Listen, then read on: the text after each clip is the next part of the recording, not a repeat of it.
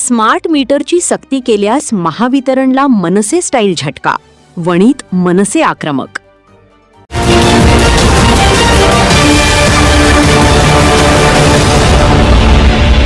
ताज्या आणि महत्त्वाच्या बातम्यांसह स्वागत आहे सिटी न्यूज वणीमध्ये।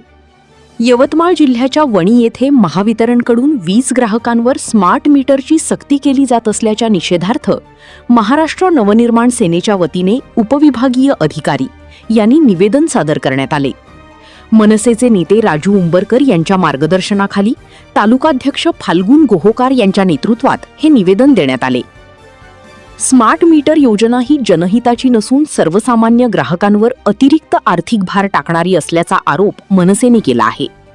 राज्य सरकारकडून स्मार्ट मीटरची सक्ती नसल्याचे सांगितले जात असताना महावितरणकडून ग्राहकांना सक्तीचे संदेश पाठविले जात असल्याबद्दलही मनसेने नाराजी व्यक्त केली।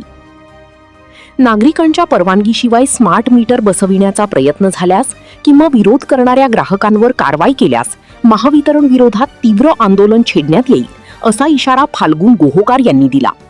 यावेळी मनसेचे अनेक पदाधिकारी, कार्यकर्ते व नागरिक मोठ्या संख्येने उपस्थित होते। जय महाराष्ट्र, मी फाल्गुन गोहोकार, महाराष्ट्र नवनिर्माण सेना वणी तालुका अध्यक्ष। आपल्या सर्वांना माहिती आहे की ह्या महावितरण कंपनीने ग्राहकांवर स्मार्ट मीटरची सक्ती ह्या गेल्या 48 घंट्यामध्ये जर का आपण स्मार्ट मीटर लावलं नसेल तर ते मीटर बदलवून स्मार्ट मीटर लावावं, जुनं मीटर काढून स्मार्ट मीटर लावावं, याच्यासाठी हे सक्ती चालू आहे। आणि यांना 48 घंट्याचा ग्राहकांना हा अल्टिमेट दिलेला आहे।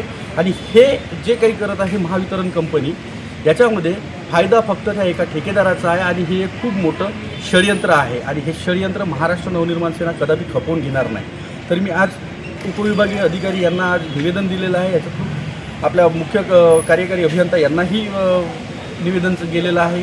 जिल्हाधिकाऱ्यांकडे सुद्धा आम्ही जाणार आहोत। जर का हे 48 घंट्याचे मॅसेज पाठवून नागरिकांना म्हणजे घाबरवणे थांबवले नाही तर महाराष्ट्र नवनिर्माण सेना स्वस्थ बसणार नाही।